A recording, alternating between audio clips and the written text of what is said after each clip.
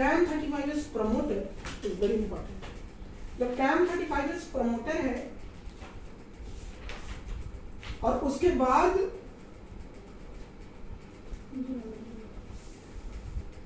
Set of restriction enzymes है। Restriction enzyme तो हर जगह है, पूरे वेक्टर मैप जब देखोगे तो कहीं ना कहीं तुम्हें अलग अलग रिस्ट्रिक्शन एंजाइम साइट्स मिलेंगे।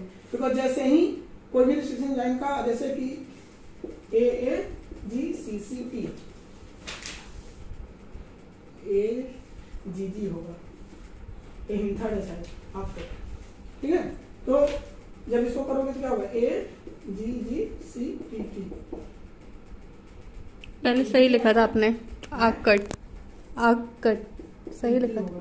यहाँ पर ऐसे होगा AAGCT, फिर इधर जी से पे कट AAGCT। ये आकट जो है जैसे यहाँ पे कट करता है, तो सेट ऑफ रिस्ट्रिक्शन साइट्स आपको मिलेंगे जिसे हम कहते हैं MCS।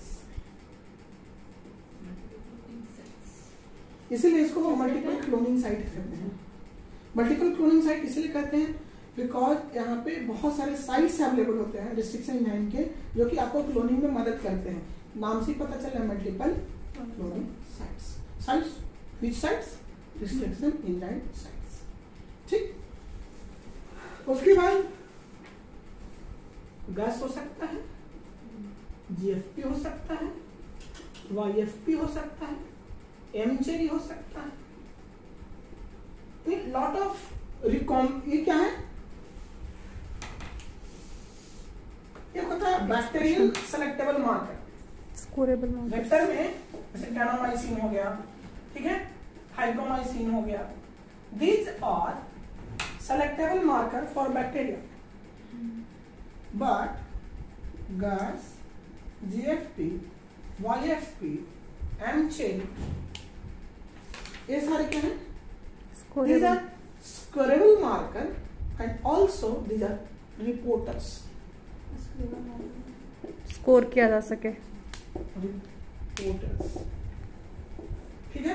Reporters and selectable marker, ये सब जो हम टर्म बोल रहे हैं ना, इस पे जाके पढ़िएगा, क्योंकि आपको पीछे पढ़ना था, आप पढ़े नहीं हो, कोई बात नहीं, आप पढ़ लो, क्योंकि अगर अब ना पढ़े तो रगड़ा जाओगे, ठीक है। क्योंकि आपको ये सब को आप क्या कर रहे हो, आप वैलिडेट कर रहे हो। जिस लैब में हम लोग काम कर रहे हैं, हम वैलिडेट कर रहे हैं हर चीज को, हर छोटी छोटी चीज को हम बहुत बारीकी से देख रहे हैं। तो प्लांट सिस्टम जो ये है, basically left border to right border के बीच में ही जो भी चीजें होंगी, ये सारी चीजें होंगी। यानी इधर लेफ्ट बॉर्डर होगा और इधर राइट बॉर्डर होगा। और राइट बॉर्डर में एक चीज और है, CAM 35S है तो एक टर्मिनेटर भी होना चाहिए जो टर्मिनेट करा दे। टर्मिनेटर, इसीलिए एक टर्मिनेटर बहुत ज्यादा आप सुनते होंगे, जिसे हम नॉस लिखते हैं, NOS terminator. CAM 35S promoter and terminator. तो टर्मिनेटर का क्या काम होता है? किसी चीज को टर्मिनेट करना है, रोकना। जैसे हमारा मन हुआ कि नहीं, मन भर गया, आई विल टर्मिनेट यू, भर जाओ, ठीक है। तो इसी तरह से जब सिस्टम को मन भर जाता है तो टर्मिनेटर लगा देता है, ठीक है। तो यहां तक समझ में आया कि कोई भी वेक्टर सिस्टम में प्लांट क्या लेगा, only left border to right border, उससे ज्यादा नहीं लेगा। लेफ्ट बॉर्डर और राइट बॉर्डर में सीक्वेंस कितने होते हैं?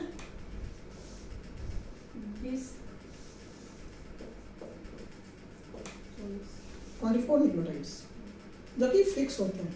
और दोनों लेफ्ट बॉर्डर राइट बॉर्डर के सीक्वेंस भी स्पेसिफिक होते हैं, जो आपको पढ़ना है। क्या होते हैं, सेम होते हैं, डिफरेंट होते हैं, हम नहीं जानते, आप पढ़िए।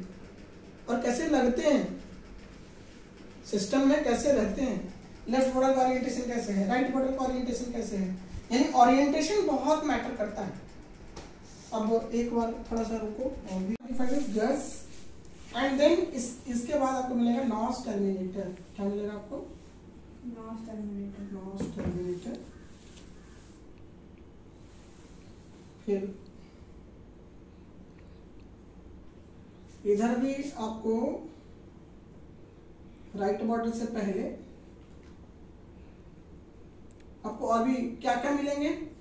ऑपरेटर्स मिलेंगे, प्रमोटर मिलेगा, ऑपरेटर्स मिलेंगे, सब पढ़े हो ना? कुछ तो पढ़े होंगे ना मॉलिक्यूलर बायोलॉजी, थोड़ी बहुत, लिटिल टिकाए हो ना? तो लिटिल मॉलिक्यूलर बायोलॉजी टिकाए होगी जीवन में।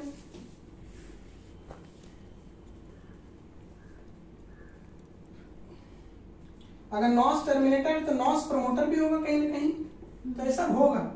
प्रमोटर होगा तो टर्मिनेटर भी होगा, इस तरह से होगा। लेकिन आपके काम का चीज सिर्फ 2-3 ही है। एक है कैम 35S प्रमोटर। पढ़िए नॉस टर्मिनेटर क्या होता है तो सब टीआई प्लाज्मिड से ही डिराइव, समझे? टीआई प्लाज्मिड मैंने अभी बोला कि लेफ्ट बॉर्डर राइट बॉर्डर के बीच में क्या होता है? इन जनरल टीआई प्लाज्मिड होता है, अभी बोला था ना। टीआई प्लाज्मिड को रिप्लेस किया गया बाय मॉलिक्यूलर बायोलॉजिस्ट, और वहां पे अपने इंटरेस्ट से, है ना, सेल्फ इंटरेस्ट से चीजें इंसर्ट की गई हैं फॉर क्लोनिंग, ठीक है? अब देखिए इधर भी सेट ऑफ रिस्ट्रिक्शन एंजाइम्स होंगे, इधर भी sets of restriction enzyme. Left border right border थोड़ा उल्टा बन गया, कहीं राइट बॉर्डर हम क्या, चलो इधर ही लिख लेते हैं। रिस्ट्रिक्शन साइट इधर भी हो सकते हैं, इधर भी हो सकते हैं, ठीक? तो एक प्राइमरी समझ में आई वेक्टर में क्या क्या इंपॉर्टेंट है। पहला तो रिस्ट्रिक्शन एंजाइम,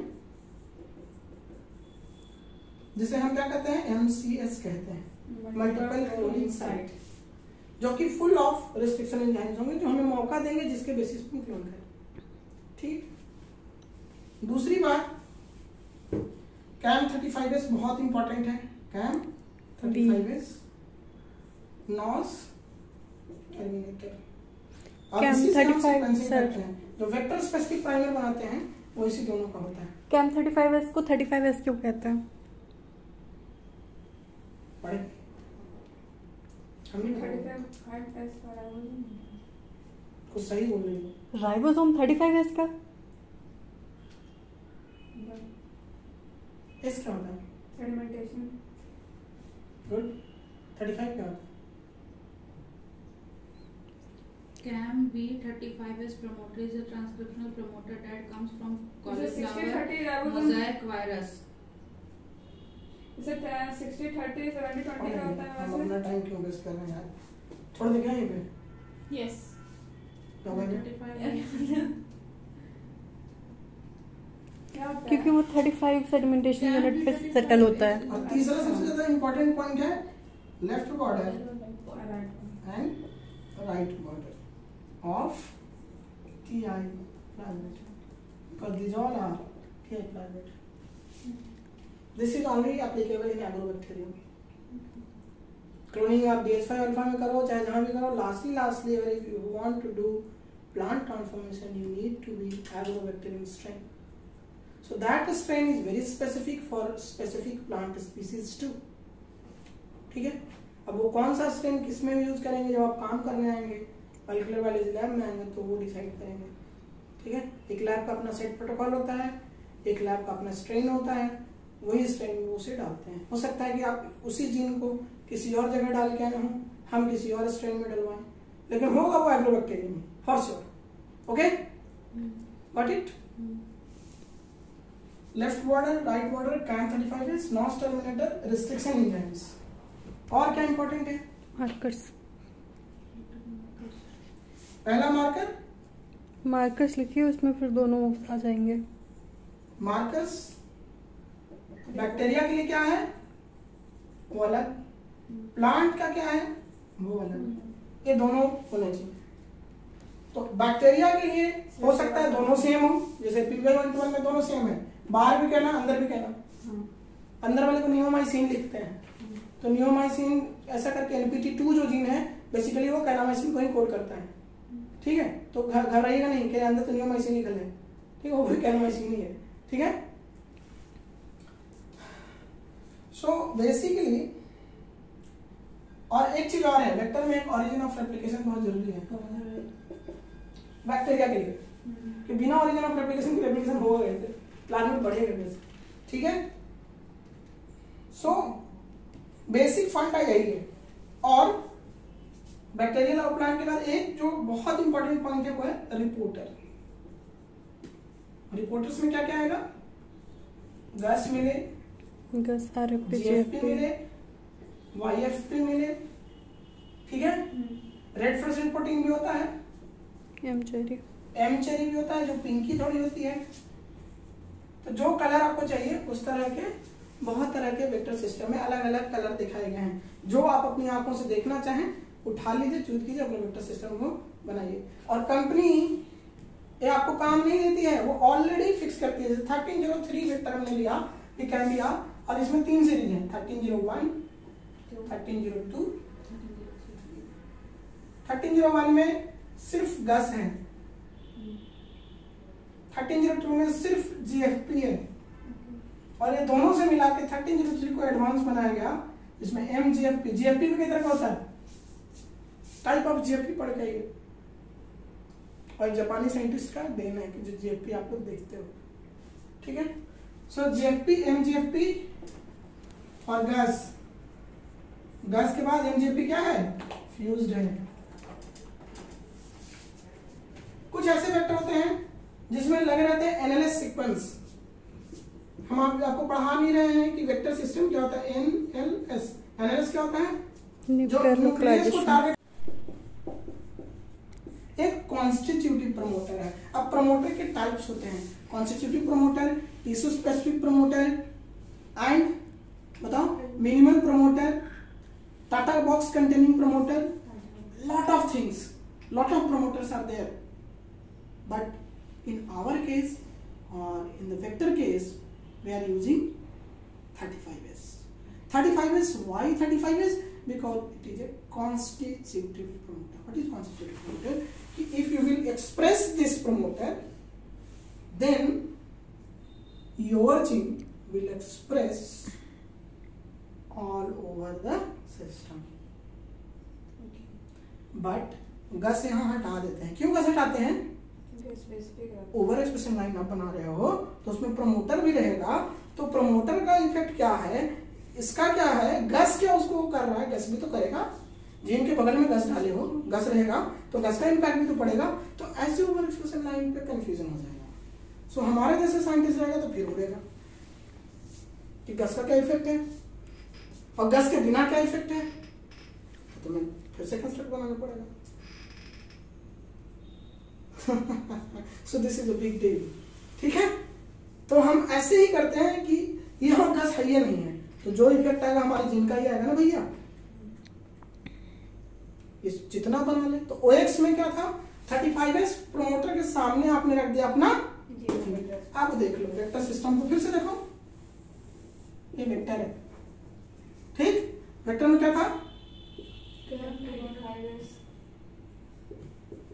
ये सारे वेक्टर में होगा।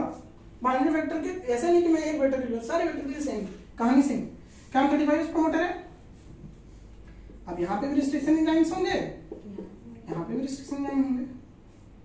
इसके बाद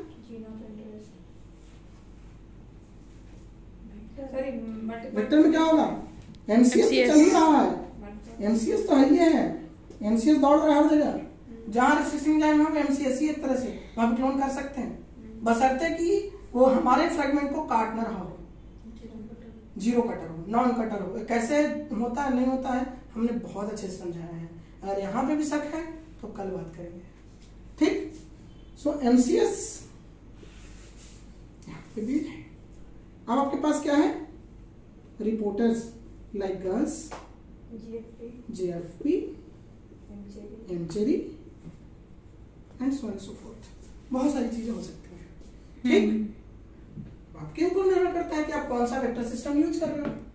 नए नए वेक्टर में लाल, पीला, गुलाबी, नीला, ब्लू सब आता है, तो आपको जो भी कलर देना हो प्लांट को, जो अच्छा लगे आप डालिए, ठीक है। बट हाँ वो वेक्टर सिस्टम में हो, अवेलेबल हो मार्केट में। गस ब्लू देता है ना, हाँ गस ब्लू देता है बिल्कुल। GFP ग्रीन होता है, एम चेरी पिंक होता है, चेरी पिंक होता है इसलिए एम चेरी कहते हैं, ठीक।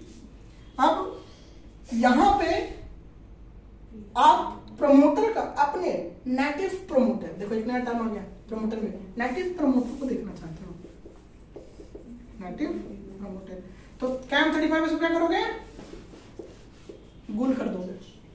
Now CaM 35 will not be here in your construct, तो कंस्ट्रक्ट में क्या होगा बेटा, 35 की जगह पे क्या डालोगे, नेटिव प्रमोटर, 35 गायब। फिर बाकी जो तुम्हारा है importer same as above, same as above, यानी जो ऊपर में है ये वाला सेगमेंट इसमें भी होगा सेम, और ये तुम्हारा क्या हो गया, प्रमोटर लाइन।